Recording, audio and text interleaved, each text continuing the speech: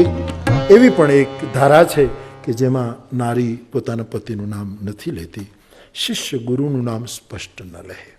સમર્પિત શિષ્યને એના ગુરુને તમે નામથી બોલાવો તો ઘણી વખત ગમે પણ નહીં.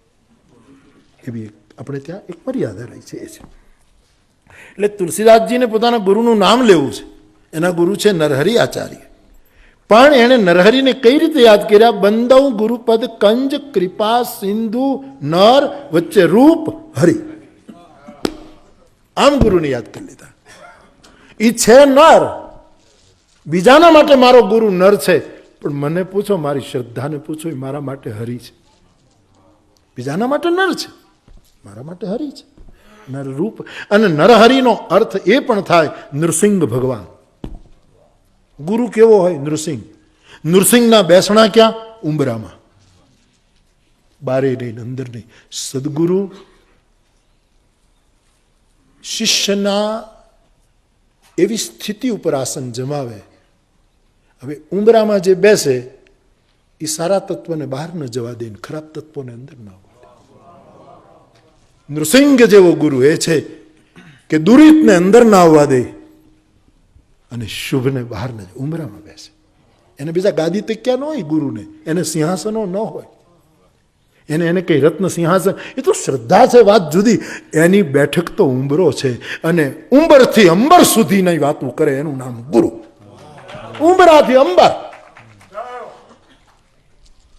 સાથે આકાશને સપ્તાભરણ ભેદ કરી નાખે એ ગુરુ. ઉંબરા ઉપર આસન જમા. જેમ નૃસિંહ ભગવાને લંબ ભુજા કર પકડ લ્યો. હિરણ્યકશિપુને ઉંબરામાં લઈ અને એની છાતી ચીરી. ગુરુ આપણું ખિસ્સું ન ચીરે, એ આપણી છાતી ચીરે કે આમાં હજી કેટલા વિકારો છે. એ આપણું હૈયું જોવે, આપણી હાલત નહીં કે સગવડવાળો છે કેવો છે. હૈયું જોવે એ ગુરુ. અને ગુરુ અર્ધો પુરુષ હોય, અર્ધો નર હોય. એનું નામ જ ગુરુ છે. પશુતા અને માનવતા એ બેનો સમન્વય કરી દે. પશુતાને દીક્ષિત કરી દે આવો ગુરુ. અને આમ જ્યારે હિરણ્યકશિપુની છાતી ચીરી હશે એટલે લોહી નીકળ્યું હશે ને, રક્ત વહેવું, એનો અર્થ વિરક્ત હોવું. ગુરુનું કામ છે એના હાથની છાયામાં આવે એ બધા વિરક્ત થઈ જાય. એટલે બધું છોડીને ભાગી જવાનું નહીં, ચિત્તની દશા વિરક્તિ થઈ જાય. બાકી ભાગીને ક્યાં જવાનું? આ ભાગીને જવાની વાત જ કાંઈ મગજમાં બેસતી નથી. ભાગો નહીં, જાગીએ.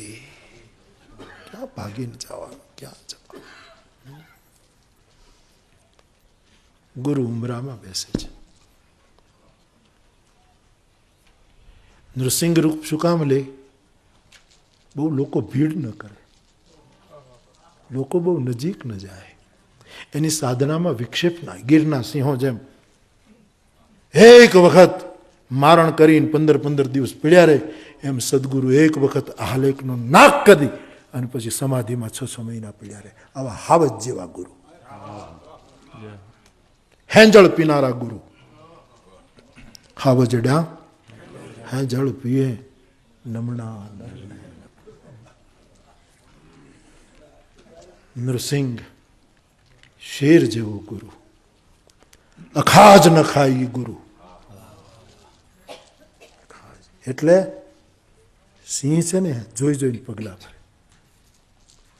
એનું મૂળ શેરનું ખોરાક ભલે જુદો હોય, પણ ગુરુજીના નામની હો માળા છે ટોકમાં. ખોટું બોલાય નહીં, ખોટું લેવાય નહીં, કોઈને છેતરાય નહીં રહે. માળા છે ડોકમાં. નારાયણ સ્વામી બાપ સિંહ જેવો ગુરુ. હું પહેલી વખત કે બીજી વખત કેન્યા આવ્યો ને પછી અમે એક સફારીમાં ગયા એટલે 6-7 સિંહને જોયા. એમાં એક સિંહ મારણ કરતો હતો અને પછી મારણ કરીને આમ જાય ને ત્યારે આમ બધું પડ્યું હોય. અને સસલા, કાગડાઓ ને ગીધડાઓ ને એ બધા. ગુરુ એ છે પોતાને જોઈએ એટલું લઈ લે અને બાકી આશ્રિતોના માટે પટ ખુલ્લો કરી મૂકે. અને વનેપી સિંહા મૃગ માંસ ભક્ષા બુભુક્ષિત નૈવ તૃણમ ચરંતી. કોઈ દિવસ જેને ભૂખ ન જાગે પ્રતિષ્ઠાની, પૈસાની, પદની, કોઈ દિવસ ન જાગે, ખડ ન ખાય. હા, ખડ ન ખાય. આ સાવજ, આવો ગુરુ, શેર જેવો, ખડ ન ખાય કોઈ દિવસ ગુરુ. એવો ગુરુ. આ ગુરુના નર બંદવ ગુરુપદ કંજ કૃપા સિંધુ નર રૂપ હરી. હતું ઘન ઘોર જંગલ ને મસી મુખમાં હસી રજની. દીપક જોઈને હરખાયો તો હતી એ સિંહની આંખ્યો. ઘનઘોર જંગલ હતું, કાગ બાપુ કહે. અને એવું ગાઢ અંધકાર, એમાં એક માણસ ભૂલો પડેલો અને થયું કે આમાં ક્યાંક એકાદો પ્રકાશ મળી જાય તો. પણ જેના ભાગ્ય ફૂટે એનું શું થાય કે હતું ઘનઘોર જંગલને મુખમાં હસી રજની. દીપક જોઈને હરખાયો ત્યાં હતી એ સિંહની આંખ્યો. અંધારામાં જેની દ્રષ્ટિ દેખાય એનું નામ સદગુરુ. ગુરુનો અર્થ જ થાય છે ગુ માની અંધકાર, રૂ માની પ્રકાશ, જા સુબચન રવિ કરની. મુસાફર માર્ગ ભૂલેલો ઉતરતા કાગ અંધારા. નિરખતા ગામ હરખાયો પણ હતી નગરી ધુતારાની.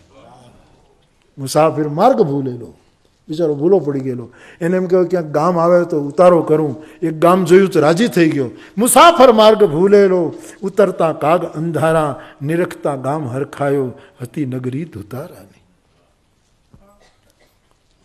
કૃપા સિંધુ નર રૂપ હરિ.